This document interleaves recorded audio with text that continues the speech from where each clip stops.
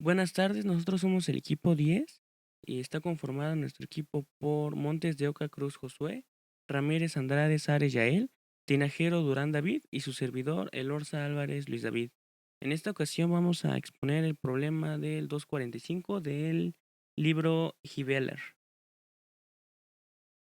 Si la fuerza resultante que actúa sobre la ménsula debe estar dirigida a lo largo del eje X positivo y se requiere que la magnitud de F1 sea mínima, determine las magnitudes de la fuerza resultante y la fuerza 1.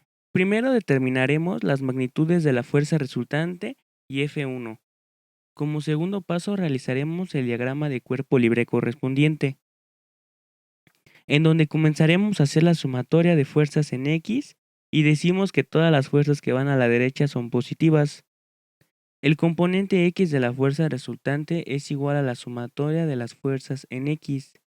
Algo importante que nos dice el problema y hay que tener en cuenta es que la fuerza resultante está sobre el eje X. Por lo tanto, la componente en X de la fuerza resultante es igual a la fuerza resultante. Entonces nos queda que la fuerza resultante es igual a F1 coseno del ángulo más F2 de 4 quintos menos F3 de 5 treceavos. Sustituyendo es igual a F1 coseno del ángulo más 300 libras por 4 quintos menos 260 entre 5 treceavos. Resolviendo FR es igual a F1 coseno del ángulo más 140 libras y lo tomamos como que fuera la primera ecuación. Luego vamos a continuar con la sumatoria de fuerzas en Y. Todas las fuerzas hacia arriba son positivas, por lo tanto el componente Y de la fuerza resultante es igual a la sumatoria de las fuerzas en Y. La componente Y de la fuerza resultante vale 0. Por lo tanto, 0 es igual a F por el seno del ángulo menos F2 de 3 quintos menos F3 de 12 treceavos.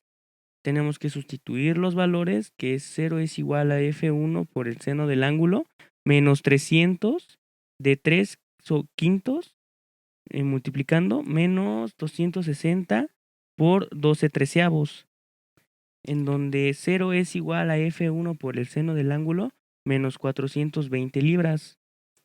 Y por último nos queda que F1 es igual a 420 libras sobre el seno del ángulo. Y esta sería nuestra ecuación número 2. Pero hay que tener algo muy importante en cuenta, y es de que F1 debe de tener un valor mínimo, y analizando la ecuación número 2, y para que F1 tenga una magnitud mínima, el seno del ángulo debe de valer 1. Y pues nos damos cuenta que gracias a trigonometría, el seno del ángulo va a ser a 1 si y solo si el ángulo es de 90 grados. Entonces, sustituyendo, nos damos cuenta que el valor de F1 es igual a 420 libras sobre el seno del ángulo, que esto es igual a 420 libras sobre 1, que será al final las 420 libras en la mínima.